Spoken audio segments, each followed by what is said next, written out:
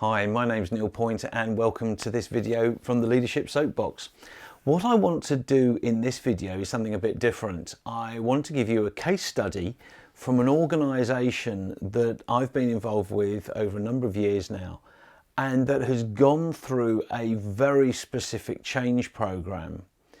And I want to talk about it in the context of the 5 points that I did in my video about what leaders should be doing now. And the reason I particularly want to do this is I think it exemplifies the importance of a number of the points in that video. And so I'm just going to walk you through those 5 points and talk in general terms about what this organisation did. So if you remember that video, the first point was about understanding the situation. And I talked about understanding being not only having the insight about what is happening and why it's happened, but what it means going forward. So this is how this all started, and the MD of this particular organisation was paying particular attention to an area of his business and what was going on in his marketplace.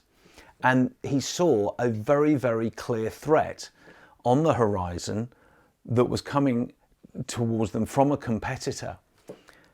And he saw it and was able, because of his ability to work through the figures, etc., to predict the impact that it would have. Now, this led him to the conclusion that something had to change, that he had to do something differently within his organisation. But here's the point. If he didn't have such a thorough understanding of his environment, of the context, of the situation, and what that might have meant going forward, he wouldn't have been able to make the decisions. So that point 1 in that other video about understanding your situation, and this is absolutely critical in this case study. Now, once that understanding was clear, he was able to move through, get with some useful people, some people who knew what they were talking about, and make some really good decisions and plans about what needed to happen and what needed to change in the organisation. So the decisions and plans were made. That was point 2. Point 3 was about engagement and motivation. Now, a huge effort went into publicising why the organisation needed to change. What was the impetus? What was it that was so potentially threatening that meant this organisation needed to change? And so a lot of effort went into that third point about engagement and motivation to change, to follow through on the plans and decisions. Now then we went into stage 4, which was the delivery and execution of that change, and again monitoring. And I made the point in the previous video about the importance of monitoring.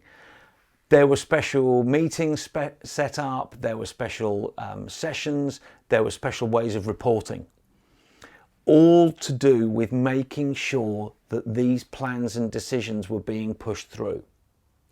Now, if you remember, the final point was about constant review, and this being a circular process that people went round in terms of understanding the situation, if you like, overall, then the decision making and planning, then there was the engagement, then there was the delivery and execution, and this constant flow around all 3.